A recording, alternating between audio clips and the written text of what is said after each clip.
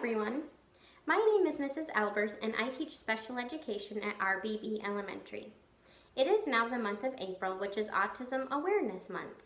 So I am going to read you this book. It's called A Friend Like Simon, and this book will teach you about what you can do to be a good friend to someone who has autism.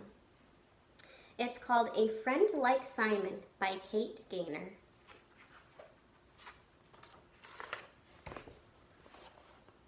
Hi, my name is Matthew, and I would like to tell you a story about a friend of mine. His name is Simon. Simon joined my school last year, and I remember his first day very well indeed. When I arrived at the door of my classroom, Simon was standing outside with his mom. "Hi, I'm Matthew," he said.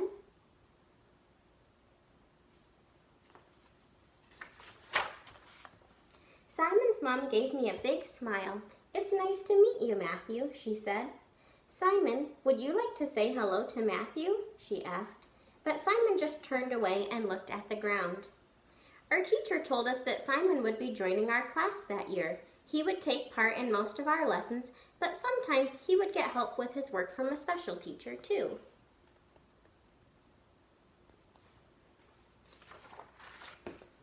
I thought Simon would like our school a lot.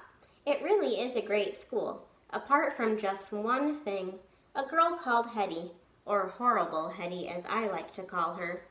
Hetty was always pushing her way to the front of the line at lunch. "I'm next," she'd say when it was someone else's turn, and then she would make a horrible, mean face. It sounds like Hetty is a bully. Every day after we ate our lunch, my friends and I would go to the schoolyard and make up new fun games to play.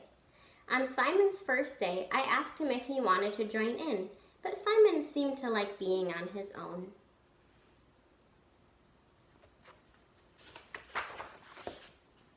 As time went by, I noticed how Simon acted a little differently from the other boys and girls in my class.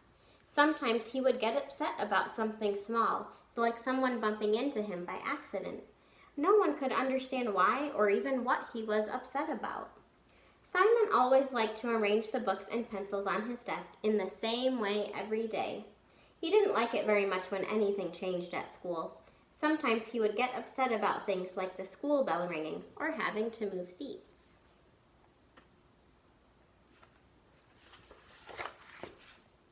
Because Simon was a little different from my other friends, I soon stopped asking him to take part in games, and sometimes I got annoyed if my teacher tried to get him to join in. I just wasn't sure if I wanted to have a friend like Simon.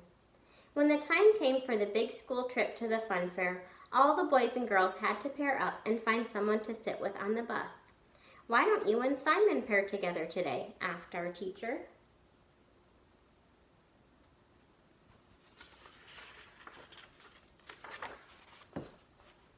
So Simon and I sat together on the way to the fun fair. Simon took out his sandwiches. "Do you like sandwiches?" I asked him. "Do you like sandwiches?" he repeated, and then he handed me his lunchbox to share them with me. "Thanks, Simon," I said, but Simon was busy looking out of the window.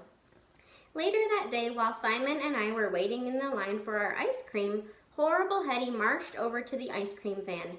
"I'm next," she said in a mean voice.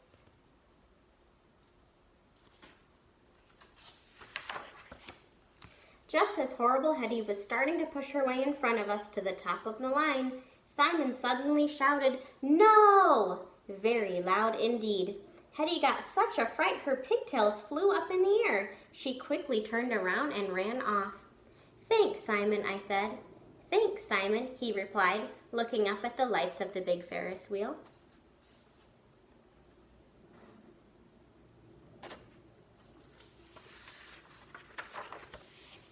From that day onwards, I always made sure to ask Simon if he wanted to have lunch with me or play a game during break time.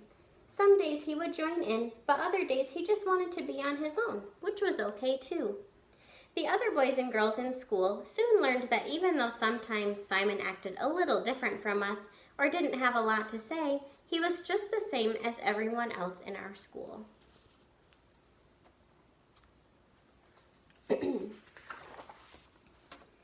Simon helped me to see that leaving someone out because they are different is something that only a horrible Hetty would do. He also showed me just how great it is to have a friend like Simon. Do you have a friend like Simon? Why don't you tell me your story?